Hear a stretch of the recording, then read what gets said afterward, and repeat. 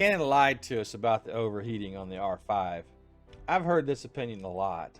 They have a new firmware upgrade now. The upgrade now helps with the wobbling on the IBIS with wider lenses, and now allows us to keep recording without shutting down. Did they lie to us all this time? Have they sold enough R5Cs and it's time to enable the R5? In my opinion, it's very iffy. I did some tests, not completely scientific, but I did use a heat measuring tool to see what would happen with the old firmware versus the new 1.6. Did the new firmware really help with the heat? Let's go over how I tested and let's see the results. Before I begin, if you are new to the channel, we do videos on landscape photography, including seeing some beautiful places, doing photography, sometimes instructional videos, and an occasional gear video thrown in. Do us a favor if interested. Go ahead and click subscribe before you forget. And if you like this video, click that like button at the end to help the algorithm get it to other people. So I did two tests. I recorded a session with the old firmware, and I recorded a session with the new firmware, the 1.6. Both tests were done with 4K HQ24 enabled, which was known for overheating within an hour of recording. The tests were done inside in a room that was set at 75 degrees. Initially, the back of the camera was 78 degrees, the bottom of the camera was 75 degrees, and the internal card was 81 degrees.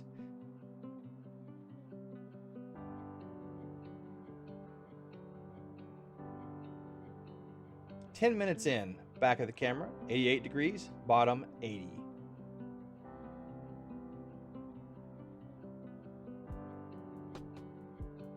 "23 minutes in, back of the camera, 94 degrees, bottom 89.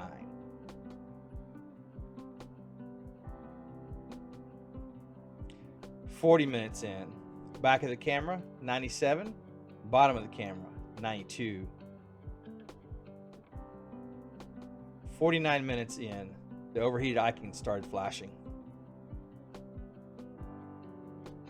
Back of the camera was 102, bottom of the camera was 95. It's getting hotter.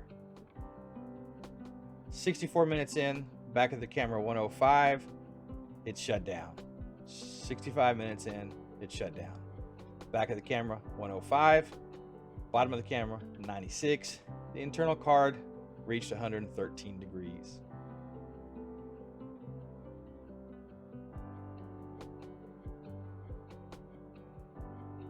So I upgraded the firmware to 1.6. The back of the camera, 81 degrees, bottom 77, initial card 86.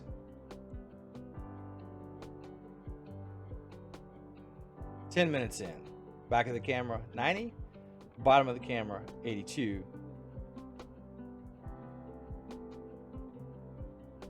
"23 minutes in, back of the camera 97. I didn't get the bottom.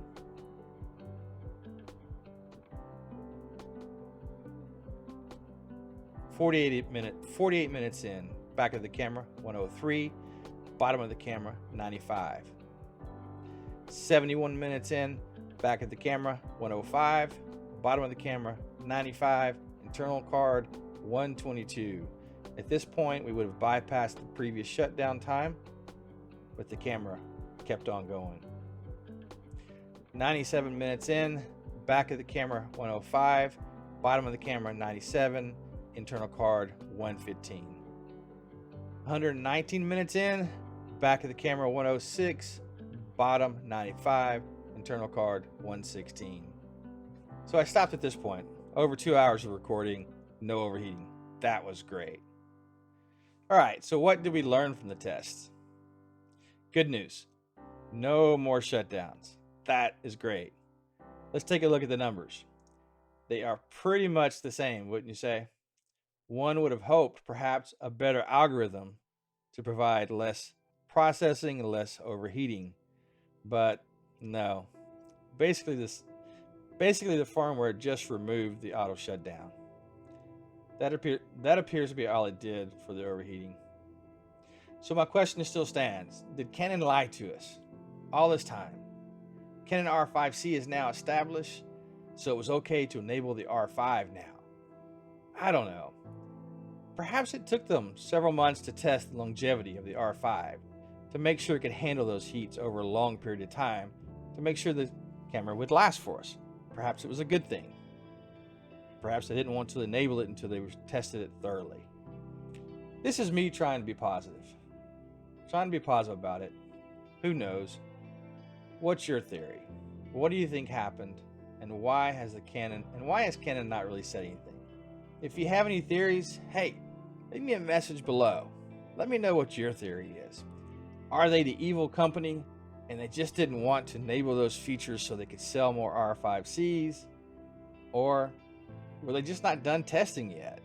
Perhaps they weren't sure the camera would have longevity, that it would last, have a long life running at those temperatures. Or maybe they've given in to the crowd and they've enabled the overheating because they don't care if the camera lasts as long as it should.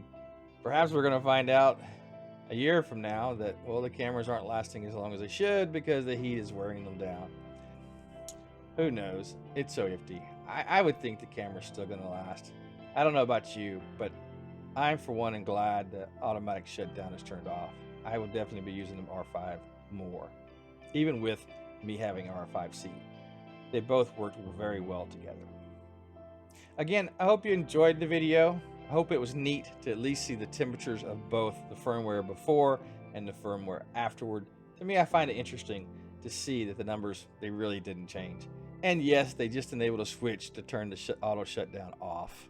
That's all they did, is just turn it off. Wish they could have done that from the very beginning. So I hope you find that interesting. I hope to see you again in the future, and I hope you have a great week.